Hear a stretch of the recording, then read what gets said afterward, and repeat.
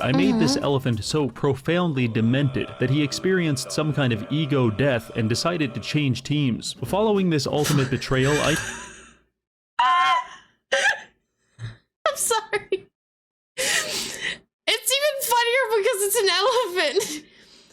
How do you confuse something or someone so badly that they're like, you know what? I give up. Alright, today we're back in Conquest of Elysium 5, and Reggie has decided the best way to improve society is by founding a cult of fishmen. No, this is not reform. This is not diplomacy. This is eldritch urban planning. He's playing as a high cultist faction, which basically means every solution involves tentacles, chanting, and something emerging from the ocean that probably shouldn't. So, if you've ever thought you know what the civilization needs, more aquatic zealotry, this is your moment. Make sure you hit that like and subscribe to the universe before we all get recruited. And let's get into it. Conquest of Elysium 5 is the gaming equivalent of taking a handful of unlabeled medications. You never know what's going to happen, but it usually ends with you staggering into a coal mine and strangling the life out of a helpless dwarf. That is all to say, it's one of my favorite games. You play as one of dozens of factions, ranging from a clinically insane necromancer to a Roman emperor commanding thousands of soldiers. The goal is to establish cultural and societal supremacy over everyone who is unlucky enough not to pick the same race. Because when I play as the Monkey Maharaj, the mere existence of a non-banana-based economy is enough to make me do terrible, terrible things. To best demonstrate this, we're going to be playing as the High Cultist, a Lovecraftian faction which uses human sacrifice to summon deep-sea monstrosities. That's a human but before sacrifice? we do that, I have to tell you something. What's Between 1978 and 1995, I was mailing a lot of packages to universities and airports. But you know what I wish I was doing instead of that? Playing Terrasland, the sponsor of today's video. Terrasland is a new MMORPG available on PC and also on mobile, which I appreciate greatly because I was once kidnapped, hogtied, and stuffed in the trunk of a sedan. But luckily, I was able to wiggle my phone out of my pocket. Where do you get these stories, Reggie? Genuinely. How do you just like, oh yeah, I have a sponsored segment today. What am I gonna do for it? I'll tell the story about that one time I got kidnapped, thrown in a sedan, and played a game on my... Are any of these, like, inspired? I need to know. I would, like, come... like, how do you just think of that?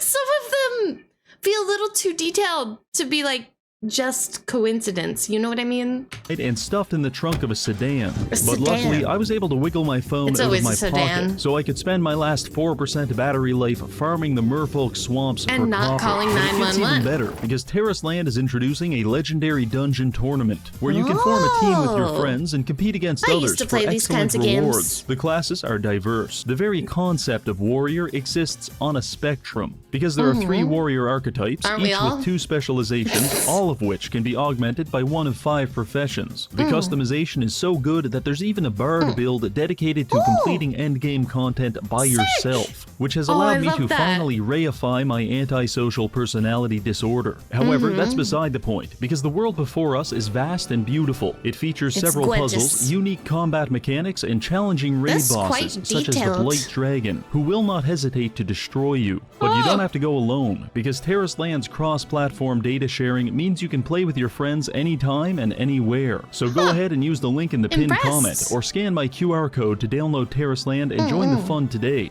Now, Curious if back to the anyone video. did. So I added a total of 11 enemy factions for us to compete against, and then started the game. This is objectively the most dangerous part of the campaign, because we start with only one city and a dozen soldiers, and it is not at all uncommon to lose the game on turn 1, after being invaded by a gang of territorially aggressive caribou. The wildlife of Elysium is so dominant, so predatory, that I had to go ahead and install a suicide prevention mod to ensure we don't lose 70% of the players. He actually had to? There's a mod to I'm glad there's a mod to fix that, but also it's that much of a problem that there's a mod to fix it. I'm sorry! This truly was made in a basement with nothing but sticks, stones, and some spit and tender loving care. It's a beautiful game. The AI is genius, and then it's not. I hope that they are proud of the game they have created.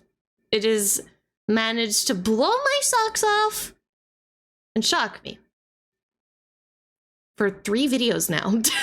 And install a suicide prevention mod to ensure we don't lose 70% of the players within the first 10 turns. Yeah, I cannot express how profoundly to disappointing it is for an enemy faction to be demolished on turn 1 by 3 carpenter ants, but it happens all the time. It's a on mood. the upside, we got pretty lucky because our main cultist has the spell Soul Slay. It's single target and does between 1 and 999 damage. That's a lot of gambling! So when I'm adventuring through the jungle and get ambushed by a singular monkey, I can obliterate him for 119 times his maximum health. Our primary concern at this point is subjugating towns and small villages so they can provide us with this red resource known as ritual sacrifices. For my purposes, I focused on assimilating the tribal villages to the south, primarily because their defense budget is measured in Chuck E. Cheese fun tokens, which makes them an exceptionally easy target. But they weren't too happy about me cutting them open with a ritual dagger, and on more than one occasion I was ambushed by tribes of pygmies with poisonous blowguns. Oh, and they also attacked me with a herd of elephants. However, my cultist has an ability called Confuse, and after casting it 20 times, I made this elephant so profoundly demented that he experienced some kind of ego death and decided to change teams. Following this ultimate betrayal, I'm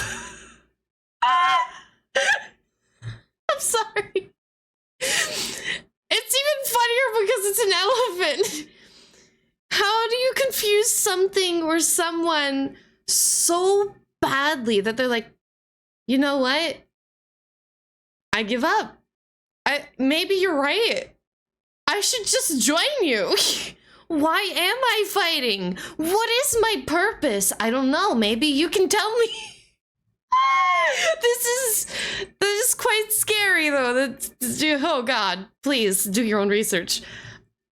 Don't let yourself become as utterly confused as the elephant that believes he may or may not be human. Some kind of ego death and decided to change teams. An ego death, Following this ultimate betrayal, I knew I had crushed the tribal spirit, and fortunately so, because the other factions had started appearing, such as a group of cave-dwelling involuntary celibates known as the Pale Ones. I approached their leader with one of my diplomats, and he was quickly impaled for 200% of his max health. That was when I started to suspect some tension between our factions. At present, we stand no chance against our unshowered adversaries, but I've got a plan. You see, at the very south of the map, I found the Capitolium. It's a megacity comprised of 4 quadrants, one of which is the slums, an area absolutely infested with poor people. And I want to get those people off the streets and on to a sacrificial altar. So I started summoning an army by muttering in— I thought he was recruiting. I didn't think he was sacrificing. Oh. Well, that's one way to decrease the local homeless population. It's a little sad. But you know what, Reggie? Everything's a tool. And you have a goal. Chase it. Streets and on to a sacrificial altar. So I started summoning an army by muttering incomprehensible gibberish into the ocean. Like every politician? I will. And eventually, these things showed up. They're called Yithians, and they're very powerful spellcasters. So I took them, put them in my army, and declared war on poverty. Naturally, poverty lost. Mostly due to a Yithian spell, which I don't know the name of, but have affectionately dubbed Laser Beam Shotgun War Crime. As you may imagine, it's very effective at dispersing homeless vagrants. By this point, we controlled half the Capitolium and had doubled our sacrificial income, which I immediately used to summon a basalt princess. Some people will call her a disgusting fish freak monster mutant abomination. That is what she is. But she's also really useful. Thanks to the amphibious trait, she can walk out— I love the— Okay, so she is, but she has a purpose. And you know what? That's okay. He's being real. He's not Delulu completely. He's still Delulu, but I mean, at least he's willing to acknowledge that she is a disgusting fish. And looks like she just is wrong, in my opinion. But you know what? She has a purpose. And that's something you should always be proud of. But she's also really useful. Thanks to the amphibious trait, she can walk out into the ocean, which allows her to cast Call of the Deep. It summons a wide variety of deep-sea warriors, and after casting this 20 times, I had assembled the smelliest army known to man. I then leveraged this newfound strength to assault the rest of the Capitolium, starting with the Holy District. Here, I lost about half of my army to some senile dickhead who was spamming level 3 white magic. Fortunately, we were able to use our void magic to bend his mind into submission, which solidified my monopoly on the shotgun war crime market. As a reward for taking the district, we were also given several powerful artifacts, one of which was a magical scroll. I had my cultist use it, and it teleported him straight to hell, where he was immediately attacked by demons and burned alive. I wish I could say this was an uncommon occurrence in Elysium, but it's really not. It's at this point I realized that from what I've learned across 3 videos, this is the 3rd one, hell is just your neighbor, and so is heaven. It's not that big of a deal. You can go and preach in hell, and you can go commit crimes in heaven. In this game, it doesn't matter. As long as you're on top. This was an uncommon occurrence in Elysium, but it's really not. Also, it's at this point I realized that I forgot to turn off stream notifications in OBS, because whenever someone subscribed to my Twitch account, the recording would be interrupted by this. Guys, the penis pump actually works. Oh my god, that's too How lovely. By now, our sacrifice income is at 35, which is great. However, we're still losing territory to Blue, who is the demonologist, and also to Green, who is the troll king. But there's something neither of them know, which is that I've started saving up sacrifices to unlock a grand ritual titled Call Outer God. I don't know exactly what it does, but I'm willing to kill a lot of people to find out. Well, I say people, but really I just found the monkey Maharaj and beat the shit out of him until I had enough sacrifices. At which point I took my basalt queen to a lake and began the ritual, which allowed me to summon something. A complex protein structure, or maybe a collection of marbles. I'm not really sure, but I do know he has the highest level void magic in the game. So obviously, I had to find a victim to test this on, which was when I stumbled upon the Mark graph. He's basically just a gnome, which is basically a dwarf, which is literally not even human. So I felt he, of all people, deserved this. I besieged his castle and quickly realized our god has a trait which makes him immune to all physical damage. Also, he can teleport across the map, call in orbital ion beams, and cast Mind Vortex for a map-wide paralyzation. Oh my god. I'm starting to rethink the statement I made about the fish princess. It don't matter if she's ugly anymore. That's so P. And she can just do that with sacrifices. That's a really small sacrifice for a literal ball of atoms that just doesn't get damaged and wipes the board by itself. Maybe he chose, you know, a really weak tribe though. I'm not sure. It does say like 19 hit point there. I'm not sure if that's like the amount of hit points it took to kill them or not, but it's a pretty high number. I'm assuming that maybe this god is just capable of wiping the whole board, but I could be wrong. You know, it's hard to be a buff gnome. Ion beams and cast Mind Vortex for a map-wide paralyzation. Following this singular battle, the Markgraf basically just gave up and left the game, and I don't blame him. I felt as though this unit, this god, was fundamentally broken on a gameplay level, so obviously I wanted to abuse it as much as possible. I used God to enslave hundreds of illiterate tribesmen, which allowed me to summon even more gods, such as Hastur, the King in Yellow. As it turns out, Hastur is pretty powerful as well. In fact, I tried to summon a third god, but summoning in this game requires you to account for several things, ranging from the cultist zodiac sign to the exact dilation of his anus at the moment of casting. And when I forgot to check whether Venus was in retrograde, this third god decided that he would like to kill me, only for Hastur to one-shot him on the first turn. Also, he can cast strange dimensions and read the stars to buff all of my units for an 87% chance to avoid physical damage. This near physical invincibility led to a high cultist renaissance, because my immediate neighbors are a sect of cavemen and also also some kind of monkey society whose concept of magic is just weaponizing their own feces. So I had no problem relegating them to the fossil record alongside the Markgraf. I did run into some slight complications when Francois the demonologist, God, I don't know how to say this, he killed God by lighting him on fire. But other than that, things...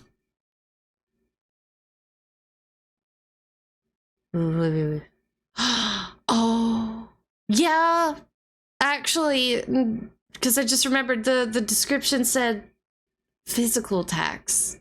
It didn't say anything about magic. If it did, then, well, it don't matter because fly or burn. That's pretty cool, actually. So there is a way to kill the atoms, albeit it doesn't make sense since it's quite literally just atoms, and I thought that was a very OP piece, but I guess not. I love that there's always another side to the coin. If you have an OP god, no you don't. Someone has something else that can beat you up. It's good to have a challenge. This game is becoming much, much more attractive. I like these kinds of games. They're nice to play for like 2 weeks straight and then never play again until like you see it in your Steam library like a month or two later. And you're like, oh, I love this game. I'm going to spend an unhealthy amount of hours in it. Speaking of, I need to play more RimWorld. God, I don't know how to say this. He killed God by lighting him on fire. That is not a phrase I ever thought I would hear. And I was summoning dozens of fish warriors every single turn, which I promptly and violently rammed down Francois' throat, slowly crushing his demon empire one battle at a time. Yeah, you got to get rid of the demonologist. We got pretty lucky killing the demonologist before he could summon anything too nasty. However, we weren't so fortunate with the necromancer, because I just ran into him and he already has a Tartarian spirit along with several soulless giants. Also, he has a 50-foot tall pyramid made out of human skulls, so take that how you will. Now, a better general, a more thoughtful tactician, or even a small child could have probably come up with a realistic plan to deal with this threat, but me, I just wanted to smash into it head first, and it didn't go very well, because his Death Knights began spreading the bubonic plague among my army, which caused my units to slowly decompose every turn. However, this was honestly the preferable method of execution, because if you didn't die from this, you were being pulled apart by the talons of an undead hawk, or you'd get smoked in the face with a bolt of unlife, which instantly turns you into a zombie. I don't know what's worse. Genuinely, the demonologist or the necromancers, they're both bad. They're okay. Just from my personal standpoint, I probably would get rid of the necromancer first because they benefit off of the deaths that which you cause and other AI cause. I don't want them to be benefiting from the many, many deaths that I cause. So I should kill them first, so that way they can't do that. And then go after the demonologists. When you're more capable, that's the problem. When you're capable of taking them down is the question. I don't know if they're an easy unit to take down at the beginning, now that I think about it. Rip. Either way.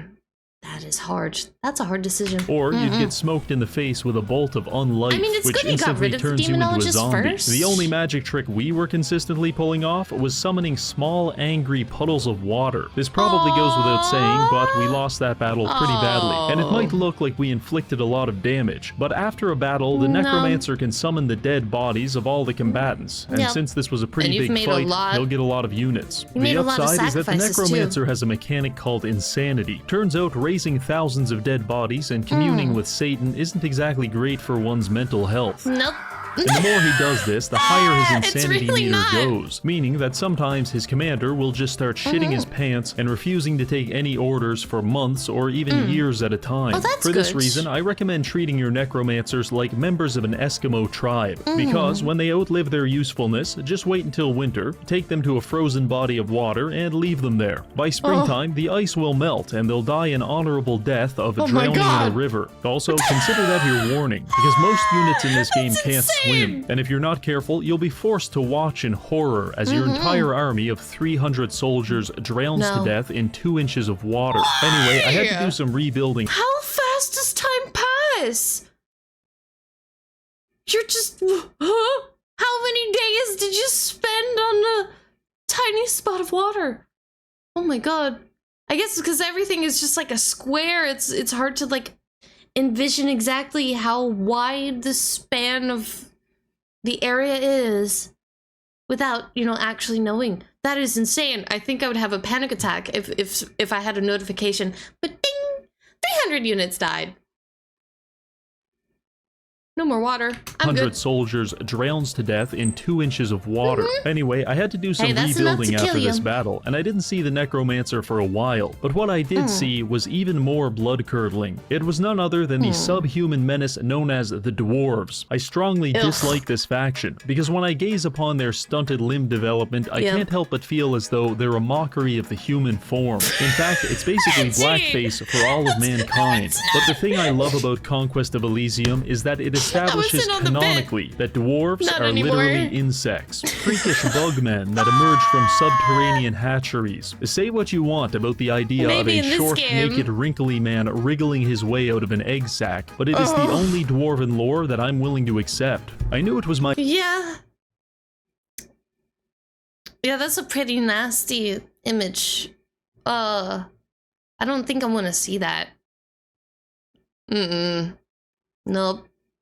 If that's your headcanon, I'm not gonna judge you though. At least in this game, it applies. And you can apply it to any other game as you wish, unless you suddenly like the dwarves in another game.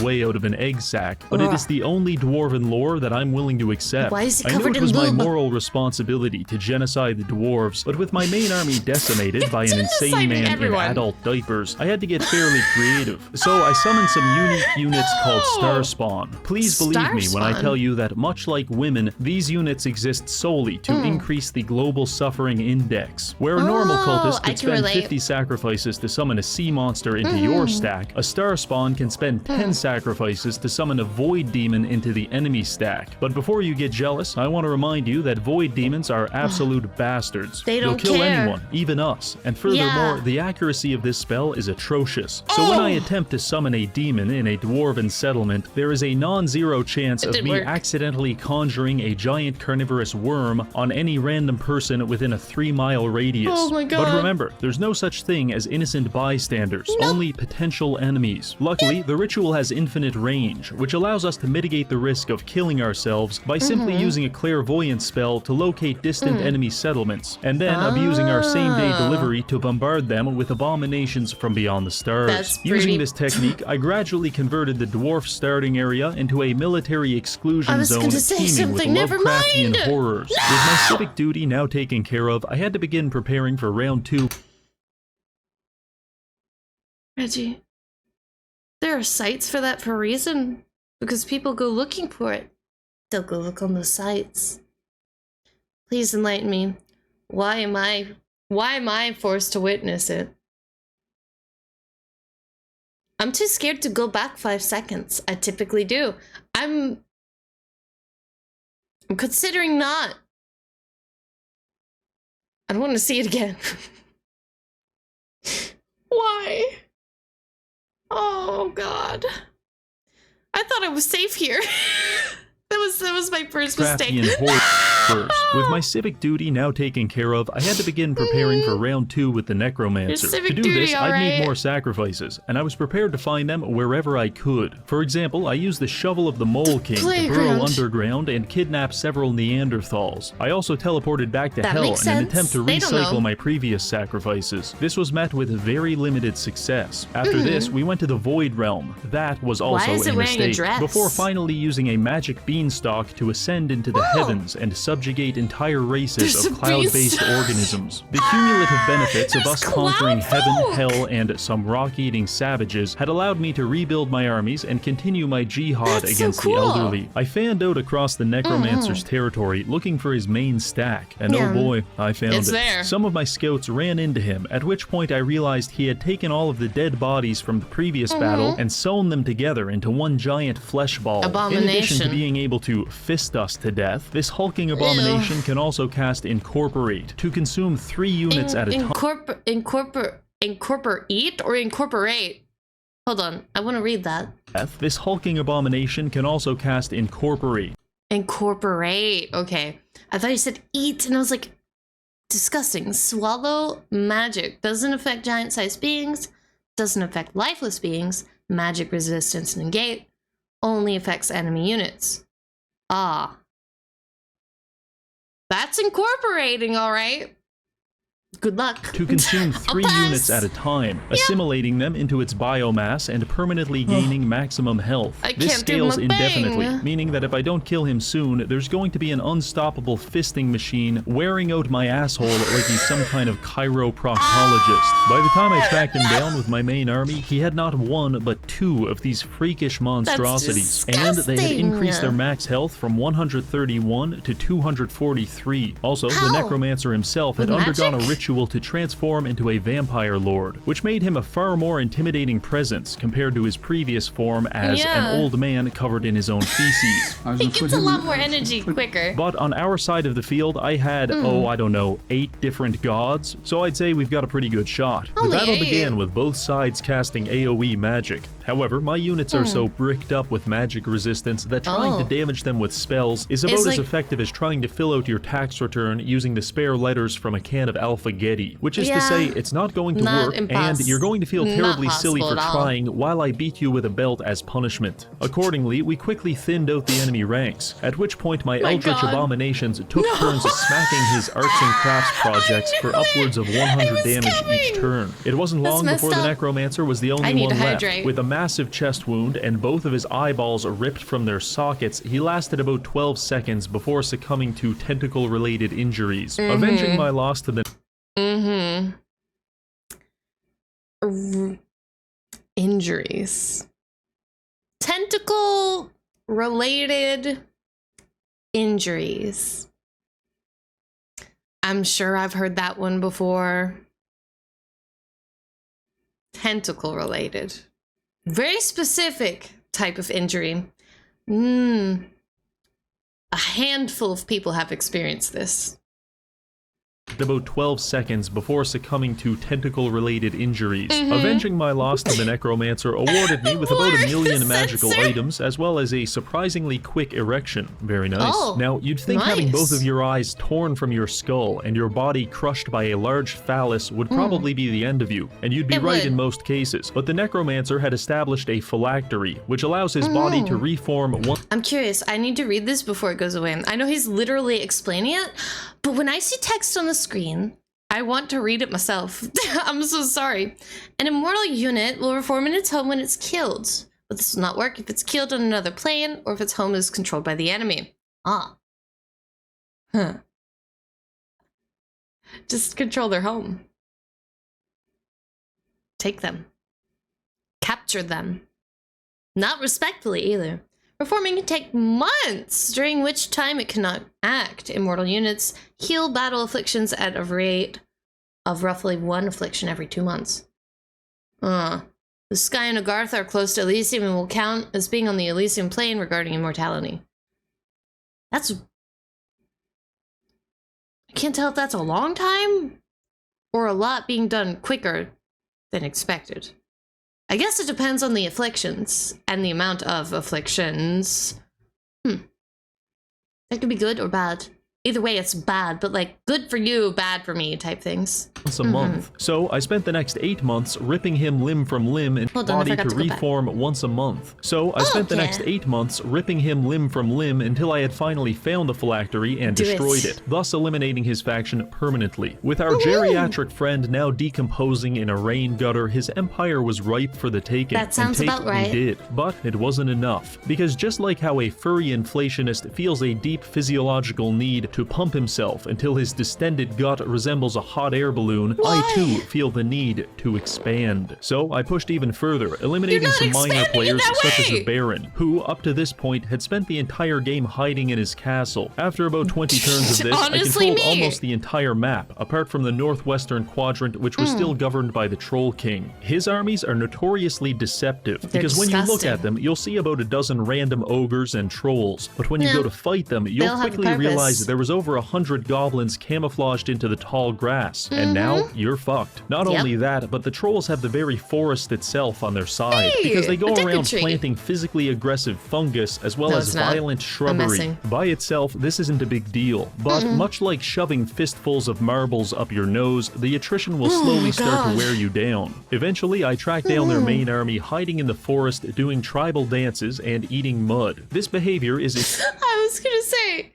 numbers help a lot, especially if you have a lot of numbers. And so it makes sense that this is actually a bit of an annoying faction because you can't see them until it's too late. And so you're either extremely over-prepared or completely under-prepared. And I would rather be over-prepared personally, but that could come with its own consequences. Like, I don't know, your god being burnt to death.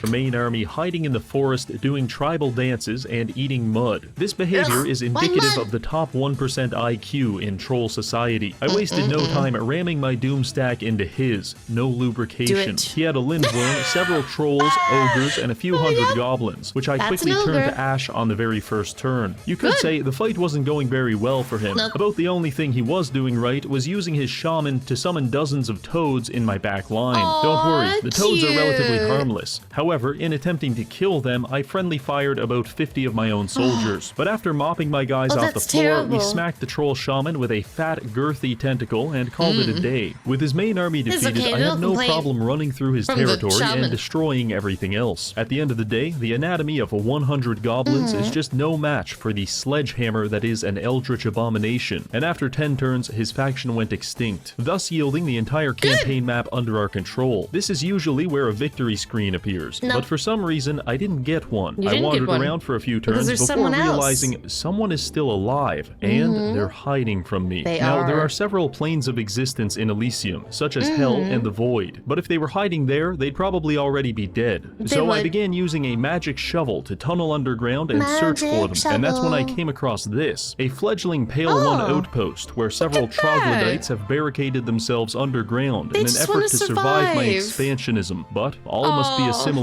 and assimilated they were. With the Pale Ones now officially defeated, we're given a victory screen and directed to the score graphs, where we are invited to generously fillet ourselves over... Oh my god, the way it spikes right in the middle there after it intertwines with green and blue? The game was set. I don't know who green was though, I'm curious. Does it show? No, I don't see it. I'm not sure. But whoever green was, they did a great job too. Screen and directed to the score graphs, where we are invited to generously fillet ourselves over just how excellent our empire was. You can see the only faction that was even close to us was the trolls, and well, they're still like half our strength. So that does it for this video. We've used human sacrifice and about 12 pixels to subjugate the world and usher in the age of fish people. I want to thank this month's patrons for supporting the channel, and finally, thank you for watching. Thank you for making this wonderful video. Any more and I might just end up buying the game myself, low-key. Or I'll just vibe through it for now, though.